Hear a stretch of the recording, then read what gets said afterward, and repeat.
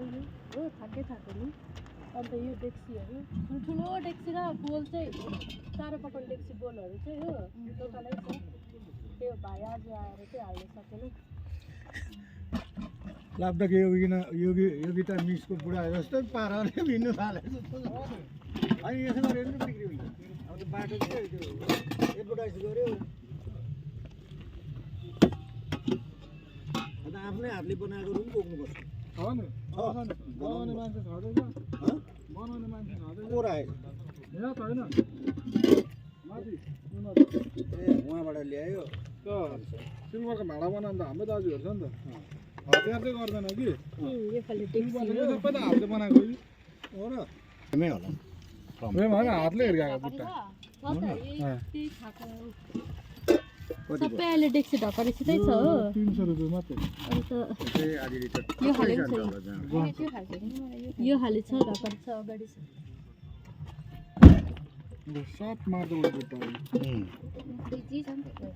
यो त के भने यत्रो मक्टु बनाएको छ कि केटाकेटीको भाँडाकुटी खेल्ने अरे यत्रो मक्टु हामी एउटा मोमो कट्ने खालको यो केटाकेटीको भाँडाकुटी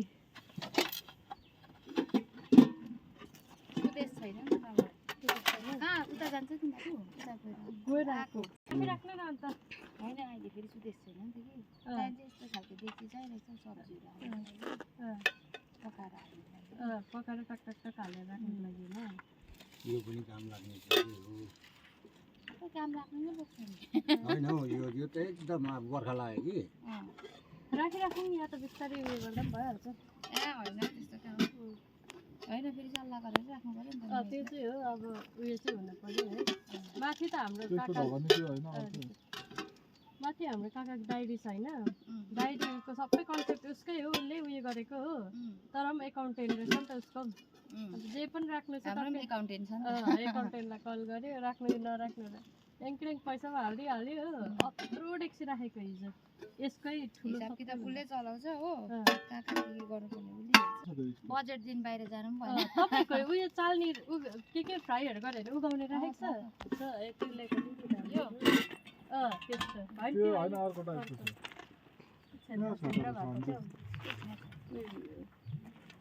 छ है ए उयो छ रोटी सेक्ने रोटी सेक्ने आएन रहेछ नि त है यो चाहिँ रोटी सेक्ने मगाएको थियौँ नि त लेखेको थियो मैले कि तर भित्र चाहिँ छ ल बिस्तारै ल यसो लौ अहिले आज म मात्रै छु ओह्रालो हामीलाई हाल्छ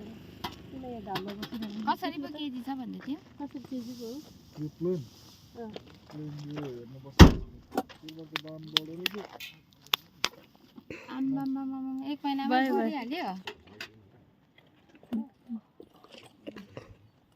ल अहिले 1-2 दिन होस् अरे बजेट होस् अरे